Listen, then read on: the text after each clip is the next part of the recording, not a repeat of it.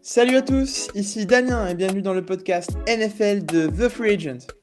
Pour parler de cette journée de NFL, j'accueille Bertrand. Salut Bertrand. Salut Damien, bonsoir à tous. Encore une belle semaine de NFL qu'on a eue. Ouais, c'est clair. Une semaine d'NFL pleine de surprises et sans plus attendre, on va commencer par décrypter le match qui va nous intéresser en particulier dans ce podcast, qui est le match qui s'est passé donc lundi soir entre les New York Giants et les Kansas City Chiefs. Victoire des Chiefs, 20-17, une victoire sur le fil, une victoire qui a l'air d'un petit peu d'une défaite. Je sais pas ce que tu en penses, Bertrand. Alors j'ai vu ça en deux phases. C'est-à-dire que on va peut-être justement pour les auditeurs que ce soit plus simple, peut-être parler des Giants, puis après on va aborder sur le sujet des Chiefs pour bien dissocier les deux.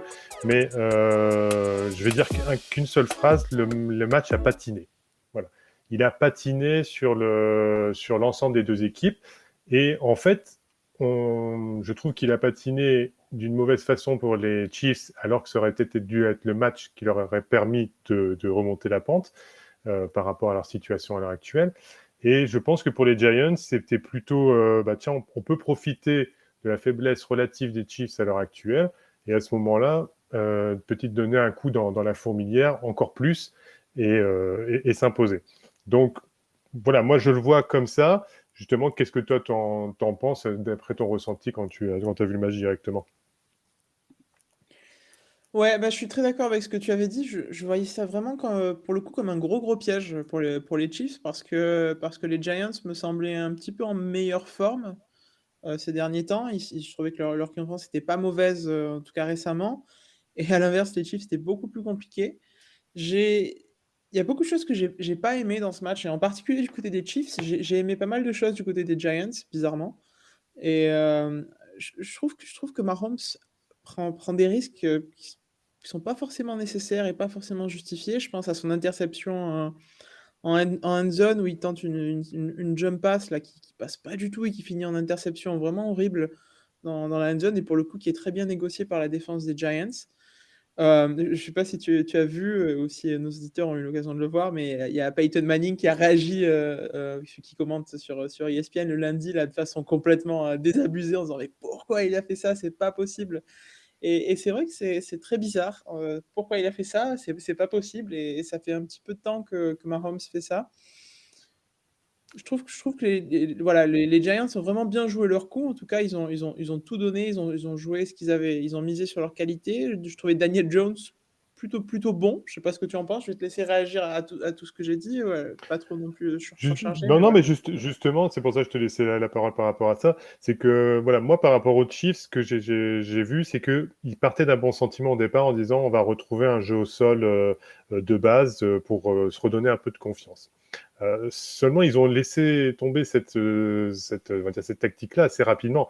Mahomes est revenu à ce qu'il fait depuis quelques semaines et qui ne fonctionne pas. On a des joueurs qui ont l'air complètement perdus. Enfin, voilà, il faut quand même dire le mot. On voit Travis Kelce sur le bord du terrain, les yeux dans le vague, alors que c'était quelqu'un qui quand même mettait de l'impulsion sur le bord du terrain, qui encourageait ses coéquipiers. On a Tyreek Hill qui est toujours égal à lui-même, mais bon, lui, il faut qu'il le compose avec les passes qu'il va recevoir de Mahomes. Voilà, il leur manque déjà, premièrement, aux Chiefs, je pense, au-delà de Kelsey et Hill, une deuxième solution, un wide receiver 2 qui n'est pas nommé ou attitré réellement au final. C'est-à-dire qu'on en revient beaucoup à eux et puis c'est eux qui portent le jeu. Je pense que les équipes se sont adaptées à leur système.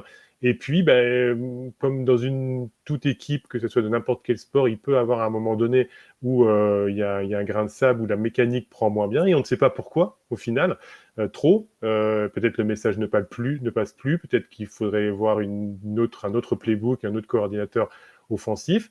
Et puis, voilà, ça patine. Et puis, quand le ballon va dans le mauvais sens, sur une passe, sur un toucher juste au bord du ballon qui fait que le ballon est intercepté, l'engrenage se fait. Donc on sent vraiment cette constante chez les Chiefs en ce moment. Et ils développaient un football champagne. ne serait-il pas judicieux de revenir un peu aux bases et que surtout Mahomes force un peu moins dans ses jeux? Bah ouais, je suis vraiment d'accord avec ce que tu dis. Je pense que les Chiefs ont tout intérêt à calmer un petit peu le jeu, à essayer de chercher un petit peu moins ce genre d'action un petit peu acrobatique, hein. D'ailleurs, je reviens encore sur Peyton Manning, mais il lui a demandé: «Et toi, tu faisais des jump pass?» Et Mm. Peyton, il a dit en rigolant: «Mais moi, je sautais même pas, quoi, j'étais incapable de sauter, quoi». Mais c'est Mm. voilà, c'est aussi une idée du football peut-être un petit peu plus conservatrice qui est pas ce que font les Chiefs et c'est pas non plus ce qui a fait leur succès. Mais là, clairement, il y a peut-être le besoin, comme tu dis, de revenir sur quelque chose d'un petit peu plus sérieux, un petit peu plus et prendre un petit peu moins de risques parce que ces risques ne passent plus, clairement. Et je pense aussi que le départ de Sammy Watkins est très, très préjudiciable Oui, pour tout à Kansas fait. City, puisque voilà, comme tu dis, il manque cet autre receveur que Michael Hardman n'a pas l'air de devenir. Pourtant, il avait l'air de le devenir avant. Michael Hardman, excellent receveur, très rapide de l'université de Georgia. Mais non, enfin voilà, c'est pas, qui remplace pas la production qu'avait Sammy Watkins et c'est très très inquiétant pour les Oui, Chiefs. alors c'est très inquiétant. Bon, en plus, c'est encore 2 ballons perdus, 12 pénalités pour les Chiefs. Si on reprend la tenue de match, on va dire le déroulé du match dans son ensemble, on voit que ça démarre déjà sur donc une interception, un ballon typé qui rebondit sur un casque. Jordan Love, à ce moment-là, l'intercepte. Bon, on se dit, ça y est, le match repart sur les mêmes bases qu'on a pu connaître vis-à-vis des Chiefs. On va retrouver un match coup-ci, coup-ça et instable. Alors, bien aidé par les Giants qui, eux, dans leur marasme actuel, puisqu'on est dans le même process, à part que nous, je veux dire, quand je dis nous, oui, parce que les auditeurs savent peut-être que je suis fan des Giants, mais qu'on attendait les Giants à cette place-là, maintenant que les semaines ont passé. Et au final, lorsque Daniel Jones redémarre le drive, il se fait intercepter aussi directement sur le deuxième jeu par Gay. Donc, au final, ça a donné une chance aux Chiefs de pouvoir marquer directement. Et on voit que sur ce match-là, Mahomes finit à 29 sur 48 avec 275 yards, un touchdown et une interception. Donc, c'est pas un mauvais match en soi. Mais on a bien senti dans le contenu du match qu'au final, on retrouvait les mêmes travers et on se demande même comment ils vont s'en sortir. C'est un peu le problème. Même chose, Kelsey, on sent bien son implication qui est beaucoup moindre. Jamais, enfin, sur les semaines auparavant ou les années précédentes, lors de leur bonne saison, il se serait fait prendre un fumble comme il a pu à un moment donné, ce qui redonne le ballon aux Giants. Donc, voilà, c'est vraiment toutes ces petites choses mises les uns derrière les autres qui font que on retrouve les mêmes problèmes, on retrouve les Chiefs qui patinent et on se demande si la qualification en playoff est possible. Hein, puisqu'on reviendra peut-être dans un autre tailgate ou un autre podcast, mais il y a quand même des équipes qui frappent à la porte en AFC West, et plus que ça. Donc attention, ça va encore être difficile. Ouais, c'est clair. C'est clair, les Chiefs sont actuellement, bah, ils sont derniers ex-aequo avec les Broncos et donc c'est vrai que ça commence à être, un peu difficile vu que le rythme tient bien du côté de Vegas. Les Chargers ont perdu ce week-end, mais bon, a priori, ça va pas continuer. On a l'impression un petit peu que Belichick, c'est la kryptonite de Justin Herbert. Mais voilà, il y a ce qu'il faut pour que ça aille mieux du côté des Chargers. Donc c'est vrai qu'il y a une grosse pression des Chiefs et on l'a vu cette semaine avec, les échanges un petit peu tendus entre Tyrann Mathieu et les fans des Chiefs, durant lesquels Tyrann Mathieu a qualifié la fanbase des Chiefs de la plus toxique du sport US, quoi. C'est vraiment des mots qui sont forts, qui sont durs et qui donnent un petit peu l'impression que ce beau projet est en train d'exploser alors qu'il y a un petit peu d'adversité, mais la saison n'est pas totalement terminée pour les Chiefs. Voilà, donc il faut aussi être patient, je pense, du côté des fans des Chiefs qui n'ont pas été habitués à ça, pas habitués à ce que toutes ces choses, toutes ces belles choses que tente Mahomes d'habitude. Et il y en a quelques-unes de jolies qui sont passées, clairement, les side arms, les underarms qui lancent un peu façon baseball pour lancer de deuxième, Mhm. laisser lancer de shortstop. Là, franchement, voilà, ça passe, c'est très beau, c'est très efficace. Mais il y a beaucoup d'autres choses qui ne sont plus efficaces et c'est un petit peu inquiétant. Alors c'est vrai que Oui. Oh, excuse-moi. Alors c'est vrai Ouais, que après je voulais juste revenir un peu sur le match des Giants puisque là on parle beaucoup des Chiefs et à raison puisque c'est quand même une des équipes phares de la NFL et qu'on est tous surpris de leur niveau à l'heure actuelle.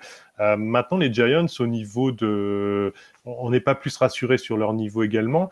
Maintenant à leur décharge, on va quand même bien répéter qu'ils ont encore eu 3 blessés durant le match. Alors on peut pas dire que ce soit des blessures seulement sur une mauvaise préparation comme il y a pu avoir sur certaines franchises qui se blessaient assez facilement, où on se demandait, bah, tiens, est-ce que les préparateurs physiques font bien leur taf, un peu comme chez les Eagles, il y a eu un moment. Mais là, c'est l'épaule. Pour Kadarius Toney, ça a été la main. Pour Dante Pettis, ça a été, comment on appelle ça, le bras ou l'épaule, je ne sais plus. Enfin, voilà, ça a été dans l'ensemble. Shepard aussi, voilà, aussi, qui s'est blessé également. Donc voilà, ça commence à faire. Chaque semaine, on en revient à la même chose. On revient à des blessures et on va quand même souligner que malgré tout, les Giants ont accroché les Chiefs qui sont peut-être en mauvaise posture, mais qui les ont quand même accrochés jusqu'à la fin, jusqu'au coup de pied libérateur, entre guillemets, 20-17. Donc, oui, c'est une mauvaise saison pour les Giants. Oui, on les attendait mieux. Maintenant, ils sont quand même là. Malgré tout, ils ont une défense qui est toujours présente. Bradbury fait quand même le taf au niveau du backfield défensif. Leonard Williams aussi est présent et il a signé son gros contrat, ce qui fait que peut-être il s'implique beaucoup plus aussi. Mais enfin voilà, pour dire que je pense qu'il ne faut pas tout jeter non plus. Jones fait ce qu'il peut avec les armes qu'il a. J'aimerais bien voir vraiment dans une équipe complète à 100% et avec toutes les armes ce que ça pourrait vraiment donner. Ouais, non, c'est clair. J'en ai un petit peu parlé en introduction, mais j'ai beaucoup aimé ce match des Giants. J'ai trouvé que pour le coup, c'était un match très solide, très sérieux. Et pas qu'en défense, pour le coup, même en attaque, malgré l'interception de Daniel Jones, qui est un petit peu. Un moment où on avait l'impression que le match partait un petit peu en folie avec des interceptions coup sur coup, mais globalement, il a quand même réussi un énorme lancer au moins une cinquantaine de yards. J'ai trouvé vraiment très impressionnant et de manière générale, je trouvais qu'il arrivait bien à faire avancer la balle, donc c'est plutôt positif. Il y a eu le magnifique trick play avec Kadarius Toney qui a fait une jolie passe de 20 yards qui était absolument magnifique. Donc voilà, il y a quand même j'ai trouvé beaucoup de choses intéressantes en attaque parce que voilà, la défense des Giants, on la connaît, c'est ce qui porte quand même la franchise. Mais voilà, l'attaque, des fois un petit peu de mal à se mettre en marche. Et je trouvais que pendant ce match, elle s'est vraiment mise en marche. Euh, c'était un des points qu'on devait aborder dans ce podcast. Le résultat du match aurait pu être très différent si les Giants n'avaient pas été pénalisés pour un taunting. Donc, pour rappel, il y a un receveur des Giants qui récupère une balle en troisième tentative, deuxième ou troisième tentative, et donc Mhm. qui passe 9 yards avec un petit yards after catch, et qui fait un signe qui avance en fait de la main pour dire comme on avait l'habitude de faire, et qui se fait pénaliser. Et donc au final, le first down qui avait été récupéré par les Giants est perdu. Et donc, c'est un énorme coup dur pour les Giants et qui pose vraiment la question de cette nouvelle règle qui pénalise le taunting, en fait, et qui clairement, dans ce cas-là en particulier, n'a clairement, je trouve, aucun sens et qui vient tout simplement gâcher le match parce que clairement, les Giants méritaient d'aller gagner ce match. Alors évidemment, on peut dire ils connaissent la règle, il faut se retenir, mais bon, clairement, je vois pas particulièrement ce qu'il y a d'ultra choquant sur cette action, même s'il parle un peu après son geste, mais c'est pas non plus un gros taunting et c'est un taunting enfin, c'est un micro moment du match qui vient gâcher une prestation offensive très solide et je trouve ça vraiment regrettable. C'est vrai que c'est presque un thème qui revient un peu chaque semaine parce qu'il y a pas mal d'équipes qui se font avoir sur ça, mais j'ai pas d'exemple en tête d'une équipe qui s'est fait à ce point dans un moment aussi décisif face à un match qui aurait pu être clairement l'upset de la semaine. La grande surprise, quand même battre ceux qui étaient au Super Bowl l'année précédente pour les Giants s'il n'y avait pas eu ce taunting. Bah, disons que ça commence à devenir un mal récurrent. Et c'est un sujet que je voulais aborder justement avec, comment on appelle, avec les membres de l'équipe plusieurs fois. Puis bon, l'occasion n'a pas pu se présenter du fait des sujets qu'on doit aborder dans les différents podcasts ou Tailgate. Mais simplement, je reviens sur ce que tu as dit. C'était oui par rapport au moment du match. C'est-à-dire que effectivement, il y a pu avoir des tauntings et d'autres équipes se font pénalisé par rapport à ces taunting ou unsportsmanlike conduct, c'est ça, hein, de mémoire, conduct, pardon, C'est qui ne ça, sont conduct. pas appropriés. Et au final, comment on appelle ça? Mais c'est jamais dans des moments aussi décisifs où on sait très bien qu'une pénalité peut faire tourner le match. C'est-à-dire qu'il y a toujours, de toute manière, en NFL, un moment vers le quatrième quart-temps où vous avez une interception ou une pénalité ou un geste qui fait que ça fait tourner le moment du drive et puis ben, le ballon repasse dans les mains de l'adversaire et puis c'est lui qui peut driver sur quelques minutes et faire tourner le chrono. Donc effectivement, c'est le moment du match.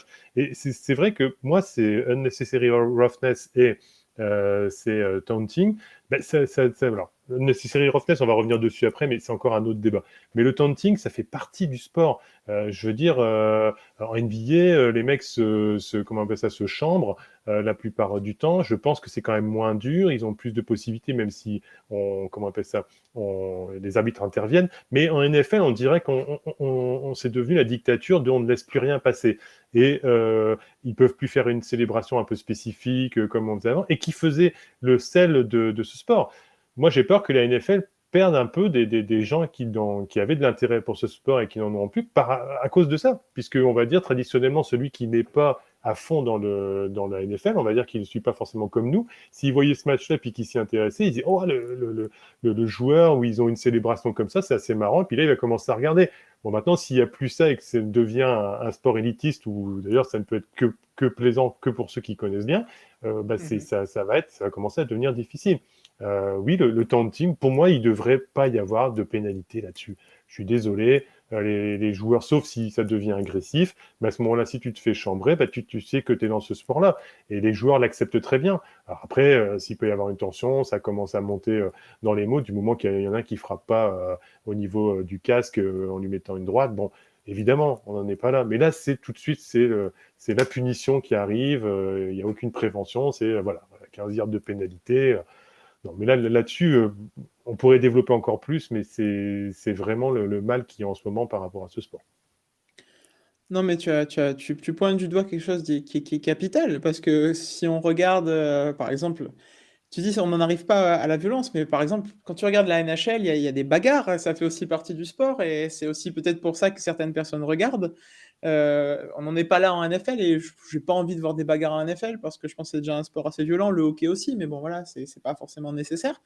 Mais voilà, c'est quand même quelque chose de très important, et c'est très bizarre de la part de la NFL en fait, parce que oui, ouais, il y a certainement un aspect un petit peu élitiste qui fait que c'est vraiment, faut que ce soit très, très codifié, très contrôlé, très juste, mais qui est pas du tout en accord avec les besoins des joueurs, de la société. Et je pense que d'une manière générale, la société a besoin de se libérer. Les joueurs ont envie de se libérer. Ils ont eu une année très stressante en 2020 avec des tests plusieurs fois par jour, des joueurs qui n'étaient pas là pendant une semaine. On ne savait pas comment ils allaient revenir et s'ils allaient revenir.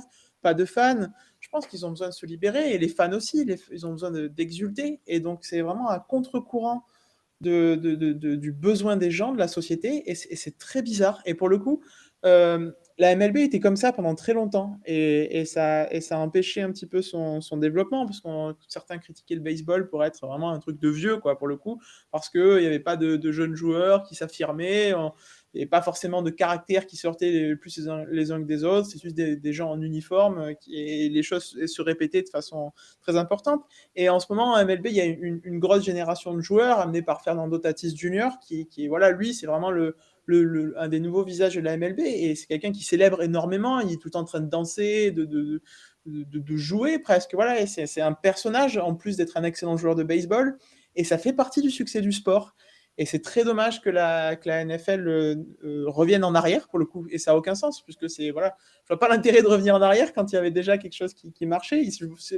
Ça vaut le coup d'effacer ces traditions un petit peu lourdes quand elles y étaient, mais là, elles y étaient pas, donc ça vaut pas le coup de revenir en arrière. C'est vraiment très bizarre.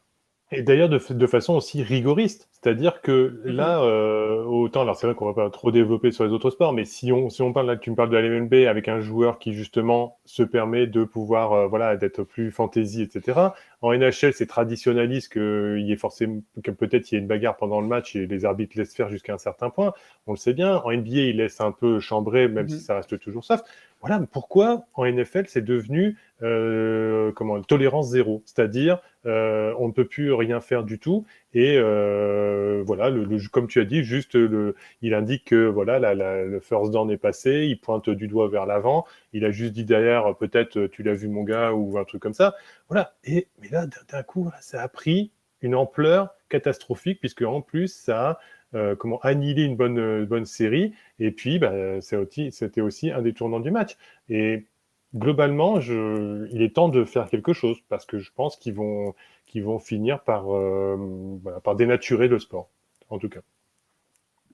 Ouais, je suis complètement d'accord avec toi et je pense aussi que dans une certaine mesure, si ce genre de choses se répètent, parce que là, clairement, les Giants, bah, se font avoir, je pense que quand on est fan et quand on fait partie de l'organisation des Giants, on peut être plus que dégoûté de ce qui s'est passé parce que c'est une règle qui a peu de sens, qui vient gâcher tout un travail d'une pré-saison, d'une saison, peut-être le match de la saison, parce qu'on sait que la saison est un peu difficile pour les Giants. Alors battre les Chiefs, ça aurait été extraordinaire. Donc je pense aussi que ça viendra peut-être aussi des joueurs, peut-être du syndicat des joueurs qui va un petit peu faire remonter ça en disant que c'est plus possible, que les joueurs ont besoin de s'exprimer, c'est aussi qu'ils ont aussi besoin et ils ont le droit de montrer qui ils sont sur le terrain. Je pense que c'est absolument normal. Peut-être aussi des propriétaires, parce que une victoire des Giants contre les Chiefs, ça aura aussi peut-être de l'impact au niveau commercial et en ce sens-là, j'extrapole peut-être un petit peu, mais à cause de cette règle de taunting, cette victoire potentielle n'arrive pas. Et si ça se généralise, je pense qu'il y a pas mal de propriétaires qui vont dire OK, bah, avec votre règle qui n'a absolument aucun sens, vous faites des dégâts à notre marché et ça, c'est pas possible. Et donc, ça viendra peut-être de là. Oui, bah, si nous, on le voit sous le prisme uniquement du sport, maintenant, si on le voit sous le prisme économique, puisque ça reste un business lucratif pour les propriétaires de franchises et la NFL en soi, si de toute façon, comme le porte-monnaie est le vecteur de tout, ça devient compliqué en termes de revenus, bah, invariablement, ils reviendront à beaucoup plus de souplesse et ils demanderont aux arbitres d'être beaucoup plus souples sur ce genre de choses.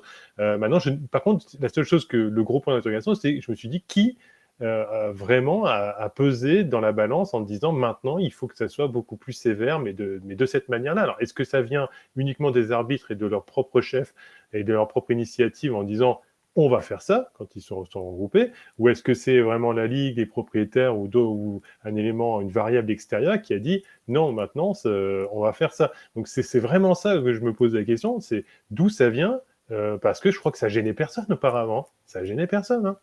Ah Pas ouais, au point c'est complètement de, fou. pas au point de voilà que ça soit vraiment très très mal pris quoi au final. Ouais, non, c'est clair. C'est clair. Je sais pas trop non plus. Je me souviens pas avoir lu, en tout cas vu de rapports particuliers qui expliquaient la genèse un petit peu de cette nouvelle règle. Donc, ça serait intéressant de savoir. Peut-être que dans quelques années, on pourra un petit peu plonger dans les archives de la NFL au musée du Hall of Fame et puis on saura, je sais pas. Mais pour l'instant, c'est vrai que c'est très obscur. Il me semble que Mike Tomlin, le coach des Steelers, avait dit que mais peut-être que je me trompe, donc je ne veux pas dénaturer ses propos, mais que c'était aussi une façon d'éviter de la violence, des échanges un petit peu agressifs, si certains joueurs allaient s'énerver. Donc c'est peut-être aussi lié à tout ça, mais bon, je pense quand même que les joueurs, il n'y a pas de bagarre, c'est très très rare les grosses bagarres en NFL. En tout cas, il n'y a pas d'insultes racistes, de choses comme ça. Heureusement, je veux dire, ça arrive très rarement, quasiment jamais en NFL, donc je vois pas trop l'intérêt, quoi. Depuis 20 ans que je suis ce sport, j'ai vu plus de violence éventuellement en NHL façon de parler, hein, puisque Ouais. traditionnellement c'est quelque chose qui se fait, qu'on soit bien d'accord, hein. Mais j'ai quand même Mmh. vu plus de choses où on va dire une violence délibérée, hein, pas sur un plaquage qui est violent. C'est-à-dire qu'à un moment donné, les mecs se donnent à fond et ça devient un gros tampon et bon, il y a commotion cérébrale. Alors, ça, ok. Il y avait Burfict qui était linebacker des Bengals qui était sujet à ce genre de choses, des spécialistes de la, on va dire, de la violence par le plaquage, mais Van Tess Burfict, hein, pour ceux qui se souviennent. Mais aujourd'hui, globalement, sur toutes ces années, j'ai jamais vu, en tout cas, de la violence gratuite ou voilà, le taunting fait partie du sport, de ce sport. C'est même, je dirais, même important qu'il y en ait, puisque ça redonne de l'intensité au match, ça peut faire tourner un match, parce que le mec va remonter tous ses coéquipiers en disant « Ah, t'as vu ce qu'il a fait ?» Enfin voilà, là, on aseptise les matchs, on les aseptise, ça veut dire que Bah voilà, un mec comme Travis Kelce, peut-être qu'il s'était fait chambrer hier en faisant sur le bord de touche, il remonte tout le monde et puis c'est plus le même match et puis alors, la dynamique est relancée. Alors, avec des si, on peut faire beaucoup de choses, mais malgré tout, je pense que ça redonne de l'intensité, ça redonne de la vigueur aux rencontres. Non, mais je suis tout à fait d'accord avec toi. Et c'est très dangereux, je trouve, cette façon d'aseptiser, parce que en aseptisant à ce point, on uniformise aussi. Et d'une manière générale, quand on tend à uniformiser à ce point des personnes, parce que chaque joueur de NFL est différent, il a besoin de s'exprimer aussi avec sa célébration, sa façon de parler. Peut-être qu'il a un caractère, peut-être qu'il y a des joueurs qui ne viendraient même pas à l'idée de faire du taunting parce qu'ils sont un peu réservés. Et je pense peut-être à Justin Herbert, c'est pas forcément un quarterback qui est très expansif, qui a besoin d'être très exubérant en général sur le terrain, mais il y a d'autres joueurs qui en ont besoin, ça fait partie de qui ils sont, et ça fait aussi, c'est leur personne, donc c'est aussi dangereux à ce point refuser l'expression de leur personne, je trouve. Ouais, bah, tout à fait. Et je pense même pas que les célébrations qu'on pouvait voir en fin de end zone sur les touchdowns, c'était du taunting pour moi. Je sais pas, hein, après c'était un truc fantasy. Alors je sais pas si c'est devenu interdit aussi, hein, globalement. Là-dessus, tu peux me répondre éventuellement si tu as l'info. Mm. Mais globalement, les joueurs ne le font même plus. Et j'ai peut-être peur de Ouais. dire que les joueurs ne le font même plus. Pourquoi? Parce qu'ils se disent, bah, j'ai pas envie de te mettre une pénalité ou parce que comment on appelle ça, mon head coach m'a dit, ne fais pas ça pour pas qu'on prenne une pénalité, pour ne pas prendre une pénalité. Ouais, Donc ça en devient ridicule. Ça en devient ridicule. ouais, c'est clair. On va passer, on a fini avec ce Chief Giants qui était pour le coup Juste, un... Oui, oui, je pardon. m'excuse, Daniel. Juste une petite Non, vas-y, chose. vas-y. Je suis bien content que Evan Engram ait enlevé les gants ou les moufles cette fois-ci, puisqu'il a enfin pu rattraper une passe de Daniel Jones et la convertir en touchdown, puisque c'était quand même un spécialiste des drops là, sur quelques matchs. Donc voilà, bien content qu'il ait enfin enlevé les moufles. Hein. Evan, si tu nous entends, ça fait plaisir. Reviens au niveau auquel on t'attend, parce que c'est vrai que depuis quelques semaines ou depuis on va pas dire quelques années, mais enfin, en tout cas 1 ou 2 années, ça devenait quand même difficile. Voilà, on en finit avec les Chiefs Giants. C'est Ouais. fini. Accroche-toi parce que j'ai vu passer quelques rumeurs, si je puis dire, sans vouloir trop rentrer là-dedans, d'un intérêt très très fort des Packers pour Engram. Donc peut-être que c'était sa dernière réception en tant que Mais écoute, joueur des Giants. On verra bien. je dis que c'est dommage parce que si tout compte fait, maintenant il est dans un autre système, une autre franchise, il arrive à se relancer, ça serait quand même bien malheureux au final. Bon, bah, c'est tout, ça fait Ouais, partie de la NFL. Il y a des joueurs qui ne réussissent pas dans une franchise qui réussissent dans une autre. c'est ça, c'est clair. On va passer à un sujet un petit peu plus général. On va vous proposer un petit baromètre de confiance. On va essayer de prendre la température de la NFL au moment où on en est, après ces semaines de compétition. On va essayer de vous dégager plusieurs équipes qu'on attendait, puis des équipes qui nous semblent des concurrents sérieux pour le Super Bowl, et puis d'autres qui sont en train de s'écrouler, et puis essayer d'un petit peu de prendre la température de la NFL au moment où on en est pour prendre un petit peu de distance sur tout ce qui se passe, parce que mine de rien, les semaines s'enchaînent à une vitesse qui est terrifiante, et on a déjà fait la moitié de la saison, si je ne me trompe pas, donc ça va très très très très vite. Euh, alors, on va passer à un point de vue un petit peu plus global, un petit peu plus général de la NFL. On va vous proposer avec Bertrand de prendre la température de la NFL au moment où on est cette saison avec plusieurs équipes, essayer de faire un petit baromètre des équipes de la NFL au moment où on en est, avec des équipes qui nous ont surpris, des équipes qu'on voit comme des contenders plus que sérieux pour le Super Bowl, et des équipes qui nous ont déçus, et puis d'autres équipes qui sont clairement à la ramasse. On va commencer avec la NFC, si tu le veux bien, Bertrand, et avec l'équipe que tu vois comme l'équipe ou les équipes que tu vois comme un contender sérieux. Alors, je veux juste faire un petit aparté par rapport à ça, c'est qu'au niveau, je veux bien dire aux auditeurs que ce n'est un avis global, d'accord?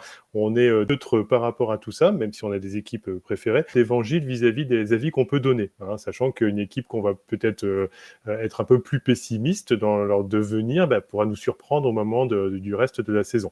Donc voilà, c'est juste pour se dire aux auditeurs, ne vous inquiétez pas, on va bien aborder les choses pour tout le monde et de la meilleure façon possible.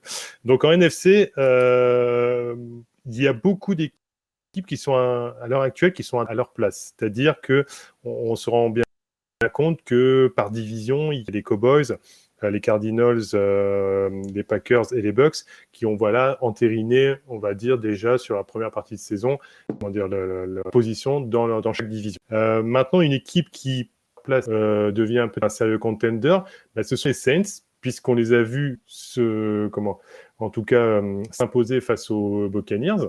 Je crois d'ailleurs que tu me trompes, tu me reprends si je me trompe, mais statistiquement, Tom Brady n'aime pas trop justement les Saints, en règle générale dans les différentes rencontres qu'il a pu faire du côté de New England ou avec les Buccaneers. Donc, sachant que pour aller jusqu'au Super Bowl, il y a tout le passage des playoffs et des rencontres, si de nouveau les Buccaneers devaient rencontrer les Saints, est-ce que ça ne serait pas un moment compliqué pour eux? Donc, les Saints, pour moi, peuvent faire partie, avec leur bilan de 5 victoires, 2 défaites, comme éventuellement un sérieux contender pour aller, on va dire, déjà le plus loin possible en playoff, voire le Super Bowl. Maintenant, ils ont Sean Payton qui est là et qui est un très bon coach, même plus que ça, puisqu'avec peu de moyens à l'heure actuelle, malgré tout, il va de l'avant. Alors, c'est vrai qu'à ma décharge, vu qu'on a appris que Justin Winston a été blessé au genou, ils vont être en manque de quarterback, et c'est peu de le dire, puisque Tyson Hill n'est pas là non plus. Ils vont repartir avec Trevor Siemian, hein, c'est ça, de mémoire, Oui, c'est ça. je pense. Donc, au final, il faudra voir comment il va s'adapter. A priori, ils vont récupérer Michael Thomas. Il faudra voir son implication, son envie réelle, puisque ça fait quand même une saison et demie qu'il est en bisbille avec son histoire de contrat, ses blessures, etc. Donc au final, si je synthétise après, moi je vois bien comme sérieux contender à l'heure actuelle les Saints. Après, je ne sais pas de ton côté si tu avais d'autres éléments. Ouais, c'est un contender très intéressant, les Saints, et c'est frustrant que Jameis Winston soit blessé à ce moment-là, parce que j'attendais beaucoup le retour de Michael Thomas. C'est un receveur que j'ai beaucoup aimé, parce que voilà, si vous écoutez le podcast College Football sur The Free Agent, vous savez que je suis pour les Ohio State Buckeyes, et Michael Thomas était un des grands receveurs des Ohio State Buckeyes au moment de la victoire du National Championship en 2014.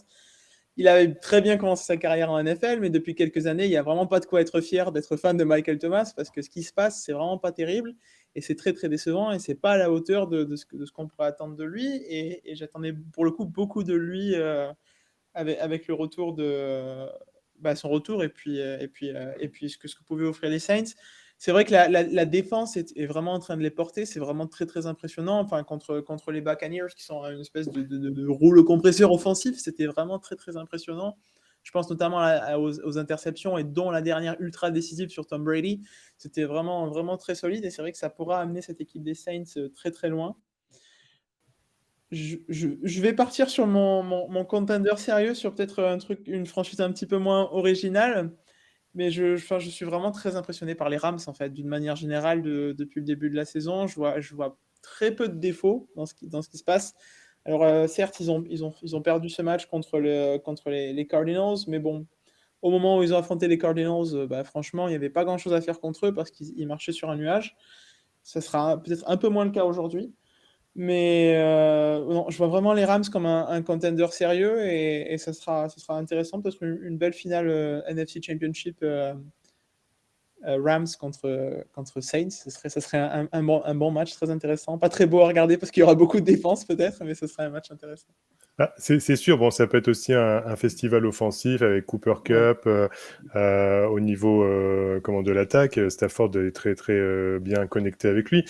C'est vrai que on peut appeler ça chez les Rams un sérieux contender, parce que c'est vrai qu'on les attendait là par rapport au début de saison, qu'on soit bien d'accord. Mais ce qu'on peut dire, c'est que surtout on les attendait en playoff. Oui, c'est surtout ça. Maintenant, là, on atteint un niveau, surtout que maintenant, news oblige, c'est ça qui est bien, c'est qu'on fait le podcast au moment où c'est la fin, a priori, des trades.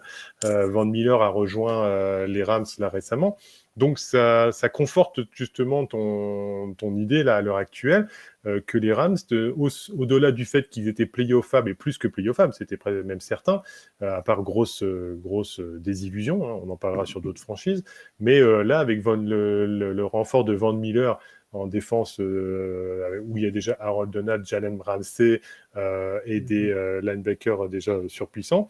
on va tout droit sur une franchise qui, sauf accident industriel, s'en va au Super Bowl, effectivement. Ouais, c'est clair. Et puis bon, ce sera intéressant de voir quel Von Miller aussi les Rams vont récupérer. Mais quand même, tu vois, même si c'est pas peut-être pas le meilleur, c'est évidemment, ce sera pas le Von Miller du Super Bowl 50, mais c'est quand même très très fort et ça montre leurs ambitions, quoi, d'aller être capable d'aller chercher ce joueur qui est une véritable légende, qui est un joueur très respecté, qui a quand même beaucoup d'impact en défense et qui bon, voilà, les Rams montrent en général qu'ils sont une franchise qui est tout à fait capable d'aller tirer le meilleur des joueurs. Ils sont très très forts au niveau du coaching pour mettre en valeur les joueurs. Donc je ne m'inquiète pas trop sur le fait qu'ils vont réussir à le mettre en valeur. Mais voilà, c'était une équipe qu'on attendait, mais c'est une équipe que j'attendais énormément au tournant parce que quand même, ils avaient perdu Brandon Staley qui est parti du côté des Chargers et qui était un petit peu le maître défensif, en tout cas une des clés du succès de cette équipe par le passé. Et donc, j'attendais vraiment au tournant. Matthew Stafford, évidemment, on le connaît, mais c'est quand même aussi un joueur qui a eu quelques difficultés ces dernières années, même si, bon, voilà, c'est les Lions, hein, c'est sûr, mais quand même, j'attendais vraiment de voir ce qui allait se passer, et tout se passe plus que bien, donc c'est très intéressant. Si tu as rien à ajouter sur les Rams et sur les équipes qui sont des contenders sérieux, on va peut-être passer de l'autre côté, du côté de la surprise. Alors, avec une bonne et une mauvaise surprise en NFC. Alors, oui, alors, au niveau des surprises, c'est pareil. En NFC, j'ai eu du mal à ressortir au niveau des équipes. Vraiment, c'est plus compliqué. En AFC, vous verrez, je parle aux auditeurs, il y a des choses qui sont plus limpides. Moi, j'ai parlé des Panthers, voilà, même si ils ont eu un petit couac face aux Giants, par exemple, là récemment. Mais malgré tout, on sent une équipe qui est relativement équilibrée, qui a redressé la barre face à leur dernière rencontre face aux Falcons. Alors, ce n'était que les Falcons avec le niveau qu'ils ont à l'heure actuelle, hélas, pour les Falcons, je dirais. Mais malgré tout, ils ont relevé le niveau un petit peu. Ils ont été bien équilibrés. Ils ont trouvé leur, comment on appelle ça, les receveurs comme il fallait. Et au final, je trouve que les Panthers peuvent être la petite surprise de NFC à un moment donné, ou en wildcard, ou pour la qualification en playoff. Et à ce moment-là, être un peu le grain de sable, l'équipe pas bonne à prendre, on va dire, en playoff, même pour un prétendant au titre. Ouais, bah, je suis vraiment d'accord avec toi. Moi aussi, c'était ma surprise, hein, quand même, du côté de la NFC, parce c'est vraiment très difficile de dégager une surprise en NFC parce qu'il y a un gros niveau, il y a vraiment un niveau très solide et très homogène qui se dégage. On a trois équipes avec une seule défaite, quand même. Donc, non, quatre équipes avec une seule défaite avec les Cowboys. Donc, c'est vraiment très, très solide, très, très impressionnant. Carolina avait très très bien commencé la saison. C'était la meilleure équipe au début de saison, meilleure défense. Il y a eu un petit peu de moins bien, avec quelques blessures aussi et des difficultés. Mais voilà, on a vu hier, enfin, ce week-end, la titularisation de Stephen Gilmore pour la première fois a été vraiment très impactante. Et ça montre aussi que cette équipe de Carolina assume ses ambitions en allant chercher quand même Stephen Gilmore, qui est, je pense, un des meilleurs cornerbacks de la NFL avec Jalen Ramsey. Donc c'est vraiment très très fort. Et comme tu dis, je pense que ce ne sera pas une équipe très amusante à jouer en playoff.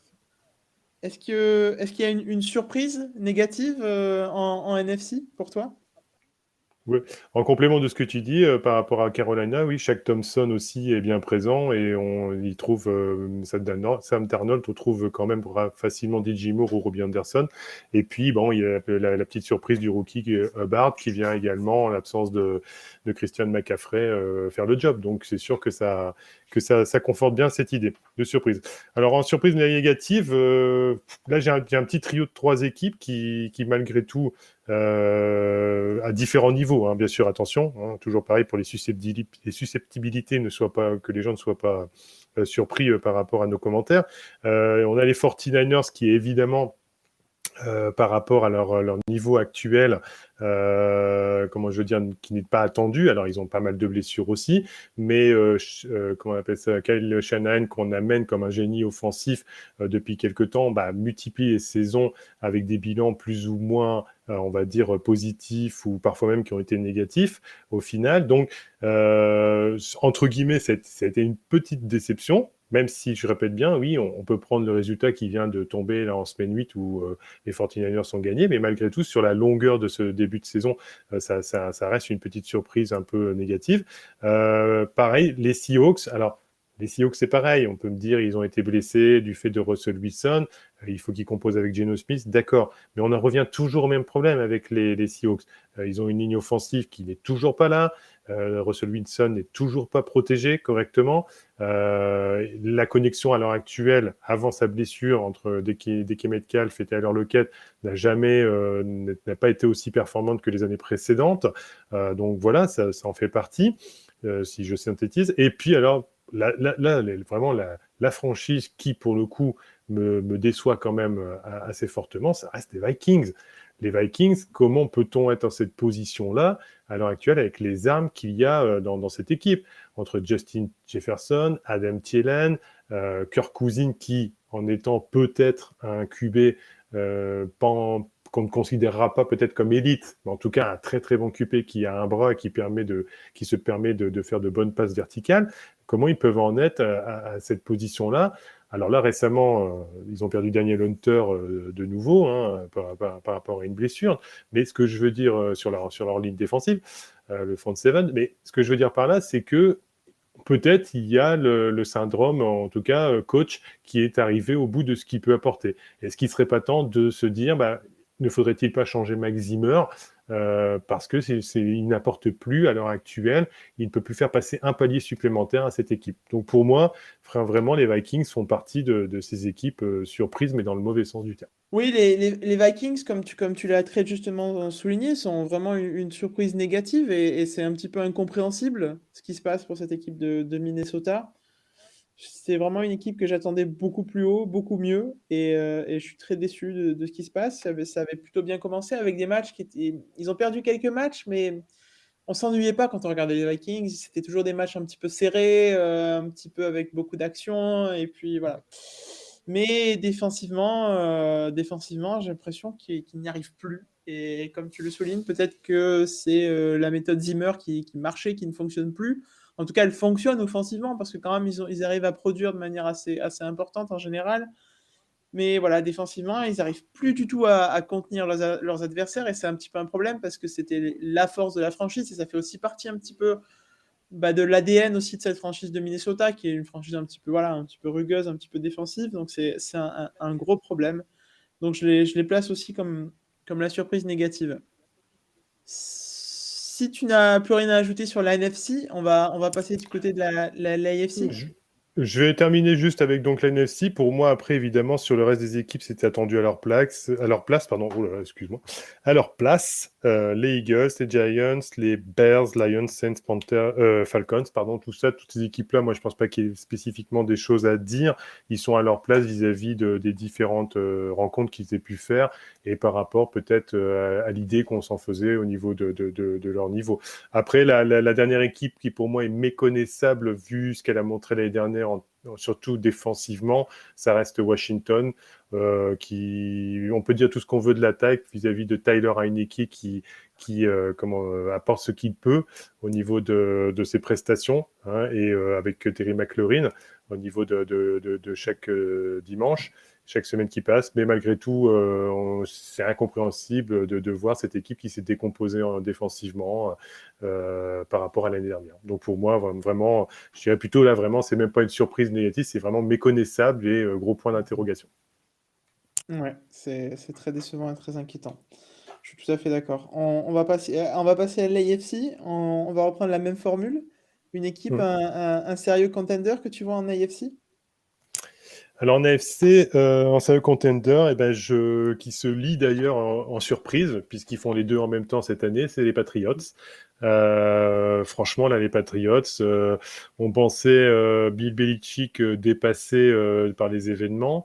un petit peu. On se disait, c'est un coach qui a réussi, mais n'était pas trop vieux avec ses idées de football un peu moins moderne que la moyenne. Mais au final, Mac Jones a des prestations régulières chaque semaine. En attaque, il trouve ses cibles facilement également. On a quand même également une défense qui est là. Alors, il n'y a pas de nom ronflant qui ressort, pas de nom qui s'impose en disant c'est la superstar. Au final, c'est un groupe homogène, c'est un groupe construit, on va dire, sans faire de heurts ni de vagues, comme d'ailleurs la franchise de Patriots a toujours fait tout au long de ces années, hein, on va être clair. Et puis, pour moi, c'est la surprise. Et ils deviennent aussi, par de fait, à cause des sous-performances de certaines franchises dont on va parler après, ils deviennent un sérieux contender qui commence à rentrer dans les discussions playoff et qui, comme les Panthers, pourrait être un poil à gratter et une franchise à éviter en playoff pour les wildcards ou pour les gros moments, au moment des grosses confrontations, quoi. Ouais, ouais, je suis d'accord avec toi. Cette équipe des Patriots, c'est vraiment très, très surprenante dans le bon sens du terme. Pour le coup, Mac Jones s'est vraiment très, très bien intégré au système de New England. Ça, c'est presque pas une surprise. On dirait il était né pour aller jouer pour Belichick. Mais c'est vraiment très appréciable. Au niveau des contenders, et aussi que je vais relier à la surprise, je pense que les Bengals seront un contender, même si j'aimerais souligner quand même que j'ai beaucoup de mal à désigner, si on devait me dire aujourd'hui, Damien, dis-moi une franchise de AFC qui va aller au Super Bowl. Franchement, je ne serais pas du tout confiant pour te donner un nom, tu vois, Bertrand, sur ce coup-là. À part peut-être les Bills, mais je vois pas, pour le coup, je vois pas de franchise sans faille, en tout cas en AFC, depuis le début de la saison.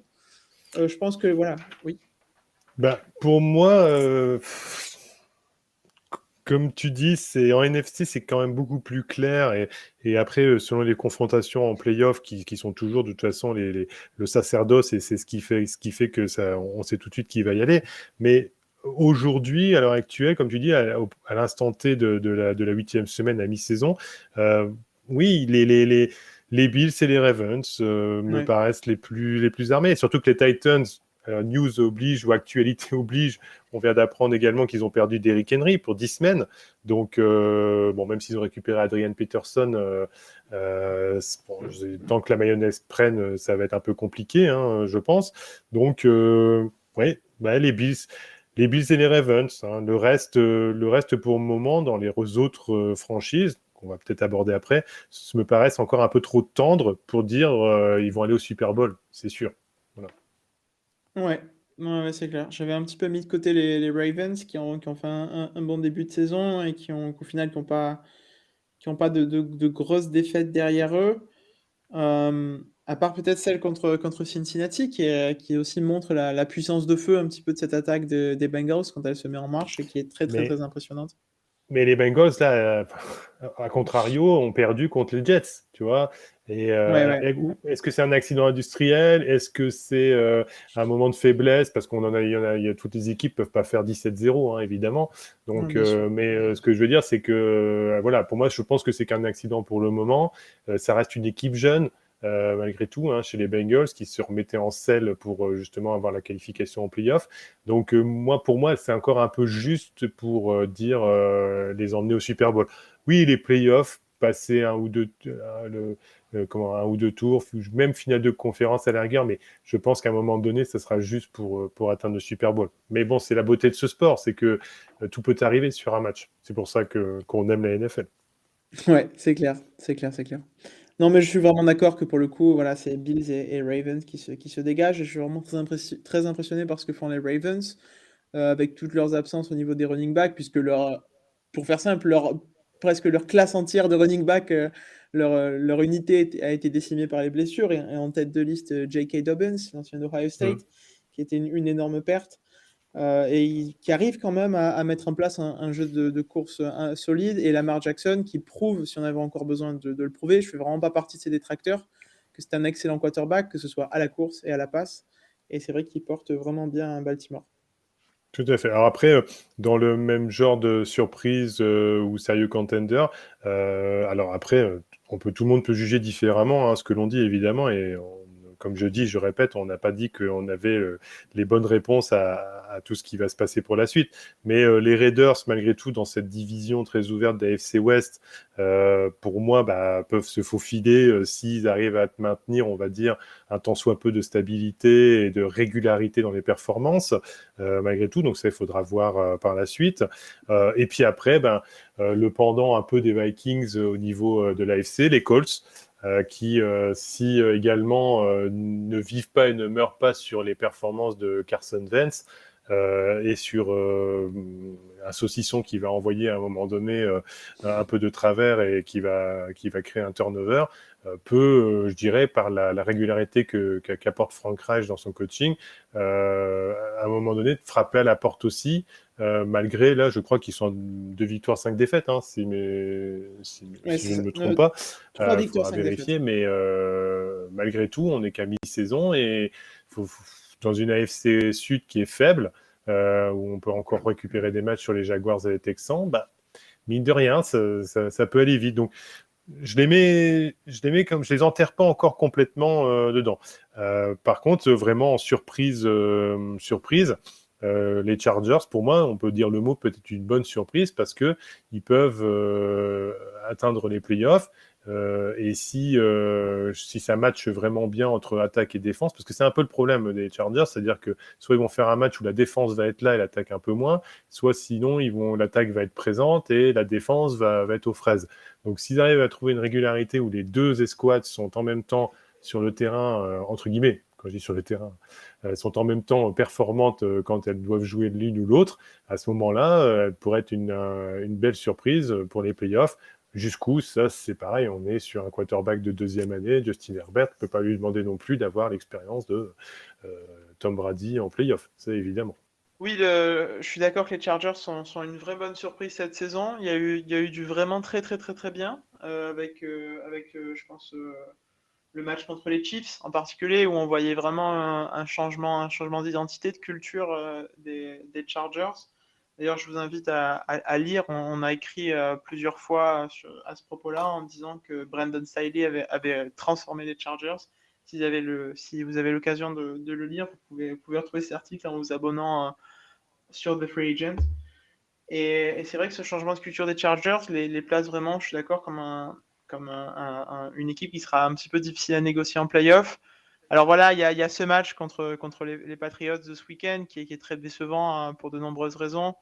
Il y a eu beaucoup de difficultés en attaque, un petit peu à coordonner ce qui se passait. On avait l'impression que certains joueurs étaient complètement perdus. Je pense à Jared Cook un petit peu, qui à un moment qui se retrouvait en regardant, il savait plus trop où il était, ce qui se passait. C'était un petit peu décevant. Et, et voilà, c'est vrai que ces Chargers peuvent faire du très très bien et peuvent faire du moins bien, mais font quand même beaucoup moins de moins bien que par le passé. Et donc on peut quand même apprécier ça. Oui, c'est sûr. Bert, ouais. C'est vrai que comparé aux performances de l'an dernier, et les Chargers se sont trouvés enfin un kicker, puisqu'il y a eu le kicker de Washington là, qui est arrivé juste avant le match contre les Patriots, et il a été très très très bon pendant ce match-là, donc c'est quand même plutôt positif. Bertrand, tu voulais aborder les surprises positives, négatives en AFC et une ou plusieurs équipes qui sont méconnaissables. Je te laisse la parole. Ben, alors bien sûr, en surprise négative, je pense que sur différents podcasts, dans les articles que The Free Agent a pu aborder, on va revenir sur les Chiefs. Je vais le faire très rapidement. On a déjà beaucoup parlé. On sait pourquoi, hein, d'un prétendant Super Bowl, finaliste et vainqueur du Super Bowl. On est devenu une équipe moyenne à l'heure actuelle. Voilà, il n'y a qu'eux qui savent comment redresser la barre. Donc, on va les laisser voir par rapport à ça. Non, une autre équipe, alors bien sûr, il y a eu des blessures également en surprise négative, c'est quand même les Browns au niveau de leur performance. Ils ont bien sûr, ils ont récupéré Nick Chubb récemment, ils ont fait évoluer, ressortir d'Ernest Johnson en tant que running back sur les dernières prestations, sur les derniers matchs, mais je trouve que par rapport aux attentes qui étaient au début de saison, l'effectif qui était présenté. Je sais pas, j'en attendais plus. J'ai l'impression qu'on refait une Browns au final, quand je dis on refait une brand, ça veut dire la même chose que les années précédentes. Et je répète bien, il y a des blessures, mais toutes les équipes composent avec des blessures tout au long de la saison, hein, qu'on soit bien d'accord. Mais eux, on les attendait vraiment beaucoup mieux. Donc voilà, ça a été pour le coup, pour moi, une surprise dans le négatif. Myles Garrett est là, heureusement, pour cette équipe-là. Maintenant, Jarvis Landry, il est là, mais parfois sans être là, ou il n'est pas ciblé correctement. On parle déjà de Odell Beckham Jr. pour savoir qui peut le récupérer parce que ça ne matche pas. Enfin voilà, c'est un peu une petite déception dans ce sens-là. Et puis après, vraiment, dans les méconnaissables par rapport aux années précédentes, on a les Dolphins. Mais je crois qu'on en a parlé dans un autre podcast ou Tailgate, où là, globalement, le Brian Flores, son vestiaire l'a un peu lâché, peut-être un peu moins là, sur le dernier match qu'on a pu voir, mais au final, a été complètement lâché malgré tout. Les joueurs n'adhèrent plus au discours. D'une équipe qui donnait des aspirations, elle est devenue une très faible équipe au final. Et enfin, les Steelers. Donc là, c'est plus un problème, je pense, de quarterback quand même. Hein. Alors, d'absence aussi avec Juju Smith-Schuster. Mais voilà, notre ami Ben Roethlisberger commence à grincer un petit peu des hanches et des chevilles et des genoux et des rotules à chaque fois qu'il fait un mouvement en arrière. Donc, inévitablement, l'attaque en pâtit. Voilà, heureusement qu'ils sont bien portés par TJ Watt, mais je ne pense pas qu'au début de saison, si on avait dit que les Steelers seraient à cette position-là, on aurait mis une pièce dessus. On les voyait beaucoup plus haut. Donc voilà, une équipe qui pour moi est devenue méconnaissable par rapport à l'année dernière. Je suis vraiment très d'accord avec tout ce que tu as dit. Je pense qu'il ne va pas y avoir beaucoup de débats sur cette partie-là parce que je suis d'accord à 100% avec tout ce que tu as dit. Je suis très déçu en particulier par Miami. Et j'aurai l'occasion d'en parler aussi. Mais voilà ce qui se passe aussi avec Deshaun Watson, les rumeurs concernant le quarterback des Texans et puis l'intérêt que lui porte Miami. C'est vraiment quelque chose que je trouve incompréhensible et inexcusable parce que ça va tout simplement briser complètement la confiance de ce pauvre Tua Tagovailoa qui en a clairement pas besoin. Et j'aurai l'occasion d'en revenir. Je pense que j'écrirai quelque chose de très personnel sur le sujet. Mais voilà, je trouve que c'est vraiment... Voilà, Deshaun Watson, je rappelle, est accusé d'agression sexuelle par 22 masseuses. Voilà, Tua Tagovailoa est irréprochable. C'est quelqu'un qui travaille dur. C'est vraiment quelqu'un de parfait à ce niveau-là. Et il y a ces rumeurs-là contre lui. C'est vrai que c'est très difficile. Et je suis très, très, très déçu par cette équipe de Miami. Ouais, je suis tout à fait d'accord avec toi. Autre chose pour l'AFC ?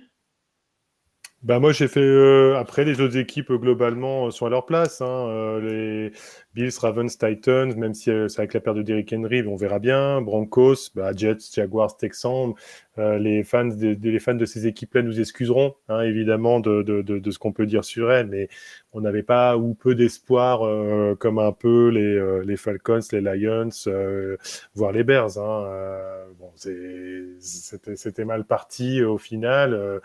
Et ça le confirme à l'heure actuelle. Donc non, je pense qu'on a fait le tour de manière assez explicative sur toutes ces équipes.